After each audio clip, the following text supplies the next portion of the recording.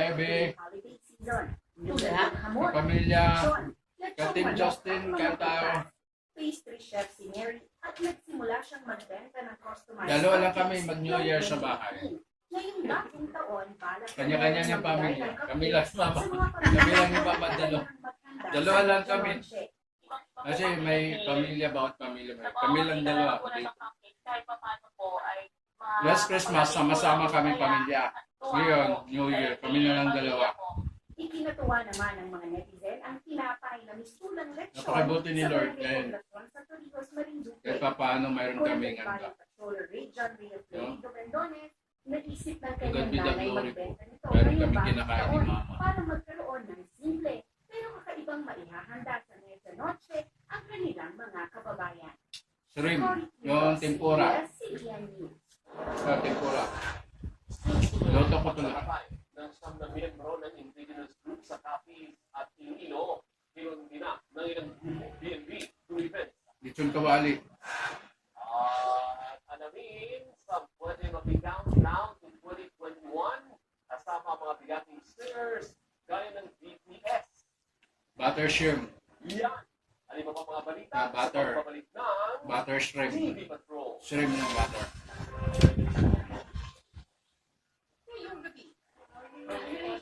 Tempura. Isang buwan na kayong Tempura. nasa. Marami pa rin ang gumagawa ng Wali. Tumayo ang house leaders kung maming pagkakamali. Nakahulog ako ng bahay. Pressing a bowl, pressing a what? Maglabag sa ating household. May katapat na punishment na yan. Tanda sa inyo mga violations. Pinoy Big Brother connecting the weekend PM. Huli-huli ka. Kamot ka ng kamot.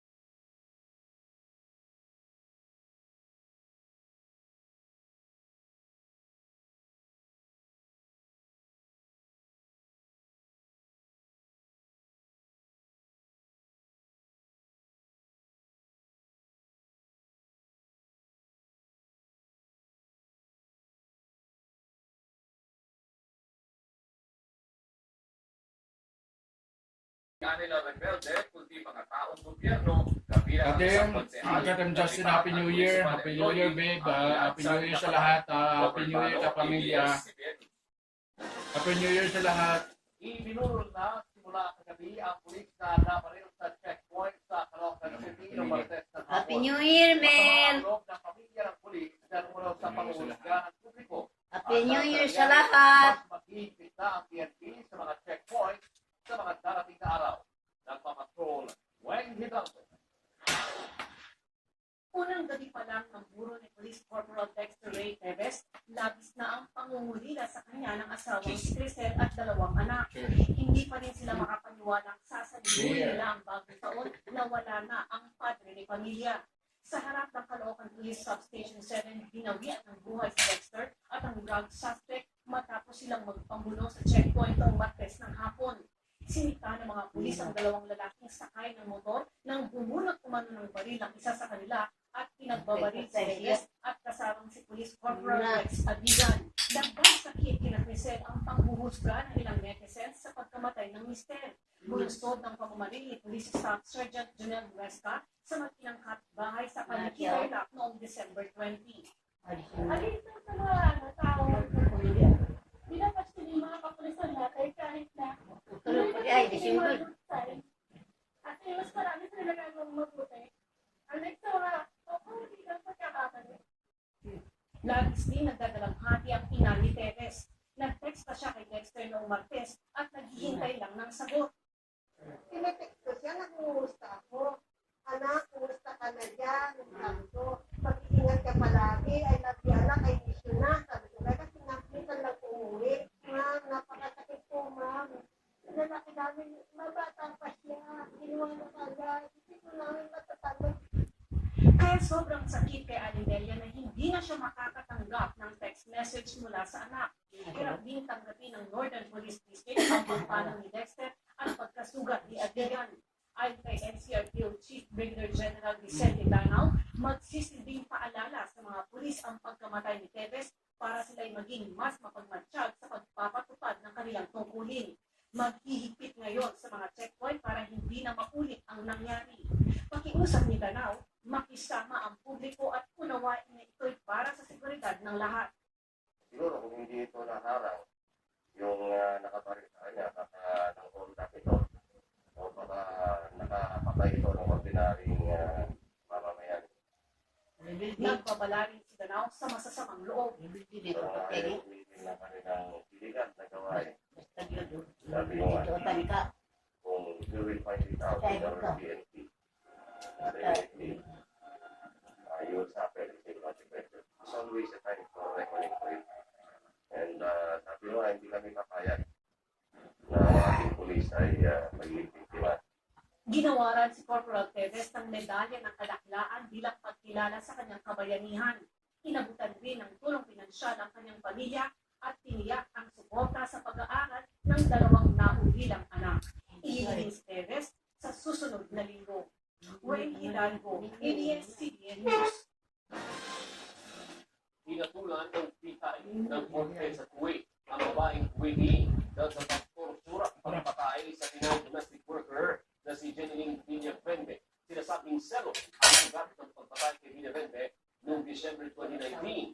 Nakatula naman ng 4 na taong pagkapilanggong mister dahil hindi niya i-report sa otoridad ang krimen na ginawa ng kanyang misis.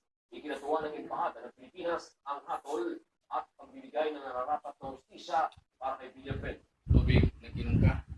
And deepest gratitude goes to our legal counsel, Dr. Misaita Fauzia Salim Al-Sat, one of the best criminal lawyers in Kuwait, for a resolute handling of the Bilibili murder case. And lastly, thanks for the Kuwaiti government for the swift justice. This is good news in the year. Lubog sa baha ang maraming lugar sa Oriental Mindoro dahil po sa walang tigil na pag-ulan ngayong Christmas ng bagong taon. Umapaw na ang Pangalan River sa Caloocan City at hindi na rin madaanan ng mga sasakyan ang isang highway patungo sa mga bayan sa Southern Oriental Mindoro. Nasa critical level na rin ang Bukayong River. May mga truck ng PNP at DPWH na naghahakot sa mga stranded na mga pasahero. Sabay ng nanguhan o umapaw na rin ang mag-asawang Tubig River ay hindi madaanan ang mga kalsada. Sa Marinduque naman, bumuho ang isang bagay ng bundok sa highway ng barangay Palanakan sa bayan ng... Yes guys, maraming salamat at happy New Year sa inyong lahat guys.